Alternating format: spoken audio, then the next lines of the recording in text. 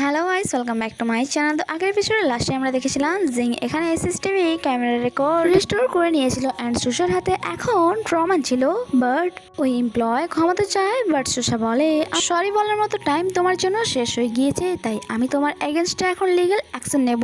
তোমার জন্য এটাই ভালো হবে যে তুমি লয়ার হায়ার করে নাও। তারপর সুশা জিংকে থ্যাঙ্কস বলে তার হেল্প করার জন্য, যে তুমি একদমই ঠিক টাইমে এসেছো।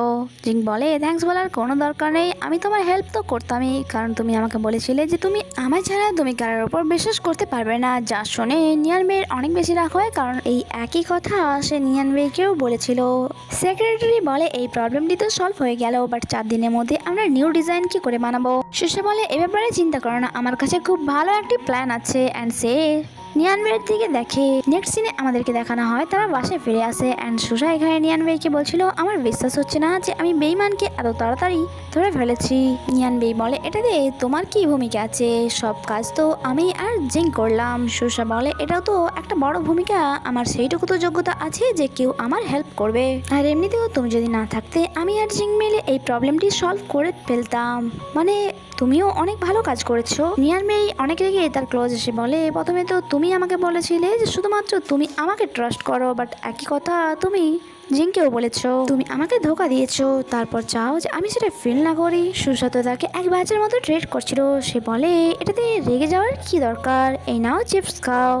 আর সে মনে মনে এটাই ভাবছিল যদি সে রেগেও যায় তাদের আমার কি যায় আসে। অ্যান্ড নিয়ানবেই তার মুখ থেকেই চিপস নিয়ে নেয় অ্যান্ড বলে এইবারের মতো তো আমি তোমাকে ক্ষমা করছি, বাট এরপর থেকে এটা খেয়াল রেখো। এটা বলে সে তো সেখান দিয়ে চলে যায়, বাট সুশার অনেক বেশি হাসি পাচ্ছিল। নেক্সট সিনে আমরা দেখি ওই বেইমান মেয়েটি নিয়ানচিকে কল করে জানাচ্ছিল আমাদের প্ল্যান ফ্লপ হয়ে গিয়েছে। সে বলে হ্যাঁ আমি জানি, তার মানে এই সবের পেছনে নিয়ানচির হাত ছিল। অ্যান্ড সে মনে মনে এটাই বলছিল হো রুহি, আমি তোমাকে এত সহজে জিততে দেবো না। নেক্সট সিনে আমরা সুশা আর নিয়ান ভাইকে একসাথে দেখি। তারা ওই ট্রেডিশনাল ক্রাফটম্যানের কাছে পৌঁছে গিয়েছিল যাতে তাকে কোলাবরেশনের জন্য রাজি করতে পারে, বাট মিস্টার জ্যাং মানতে রাজি হচ্ছিল না। সে বলে এই ধরনের অনেক কোলাবরেশনই আমি রিজেক্ট করেছি, কারণ আমি ভালো করে জানি তোমরা শুধুমাত্র নিজের ফায়দাটা বোঝো, আমাদের আর্টকে একদমই অ্যাপ্রিসিয়েট করো না। এটা বলে সে দরজা বন্ধ করতেই চাইছিল, যখন কি সুশা ওনাকে বোঝাচ্ছিল অ্যান্ড দরজার মাঝেই সে হাত রেখেছিল। তার হাত বাঁচানোর জন্য নিয়ানবেই নিজের হাত রেখে দেয় অ্যান্ড এখানে নিয়ানবেইয়ের হাতে আঘাত লেগে যায়। নেক্সট সিনে আমরা দেখি সুশা তাকে বলছিল এইসব করার কি দরকার ছিল তোমার, দেখো তোমার হাতে কত বড় আঘাত লেগে গিয়েছে। নিয়ানবেই তার ক্লোজ এসে বলে তোমার কি আমাকে নিয়ে চিন্তা হচ্ছে। তখনই সেখানে ওই ওল্ড ম্যান আসে তাদেরকে ব্যান্ডেড দেওয়ার জন্য আর বলে কোলাবরেশনের ব্যাপারে আর কোনো কথা হবে না, তাই তোমাদের জন্য ভালোই হবে তোমরা এখান থেকে চলে যাও। সুশা বলে মিস্টার জ্যাং অনেক বেশি রাত হয়ে গিয়েছে, তাই প্লিজ আজকের রাতটা এখানে আমাদেরকে থাকতে দিন। আর সাথে সাথে এসে নিয়ানবেইকেও নাটক করতে বলে অ্যান্ড এমন প্রিটেন্ড করতে বলে যেমন কি তার হাতে অনেক বেশি ব্যথা করছে। আর শেষমেশ মিস্টার জ্যাংও রাজি হয়ে যায় আর তাদেরকে থাকার জন্য একটা রুম দিয়ে দেয়। সুশা বলে মিস্টার জ্যাং আপনার কাছে আর কি কোনো রুম নেই? যে শুধুমাত্র মিস্টার জ্যাং বলে কেন তোমরা কাপল নয়, তাহলে এখন এখান থেকে বেরিয়ে যাও। তাই তখনই সুশা নিয়ানবেইকে হাত করে বলে যে আরে আমি তো এমনি জিজ্ঞাসা করছিলাম, আমরা কাপল তাই না হাজব্যান্ড।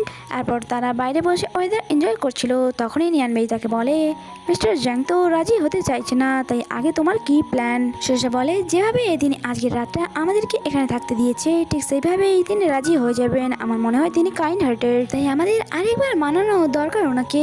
তারপর আমরা তাদেরকে রুমে দেখি যেখানে সুশা তাকে বলছিল বেডের এই সাইডে আমি ঘুমাবো অ্যান্ড ওই সাইডে তুমি, তাই যদি তুমি লাইন ক্রস করো তাহলে আমি তোমাকে ছাড়বো না।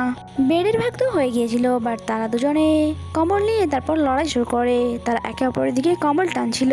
এই প্রবলেমটি সলভ হওয়ার পরেও সুশা শান্তিতে ঘুমোতে পারছিল না, কারণ মশারা তাকে অনেক বেশি বিরক্ত করছিল। আর এটা যখন নিয়ানবেই বুঝতে পারে সে উঠে বসে অ্যান্ড নিজের হ্যান্ডস আনকভার করে দেয়। সুশা বলে এটা তুমি কি করছো? সে বলে মশাদেরকে আমি নিজের দিকে অ্যাট্রাক্ট করছি যাতে তারা তোমাকে বিরক্ত না করে।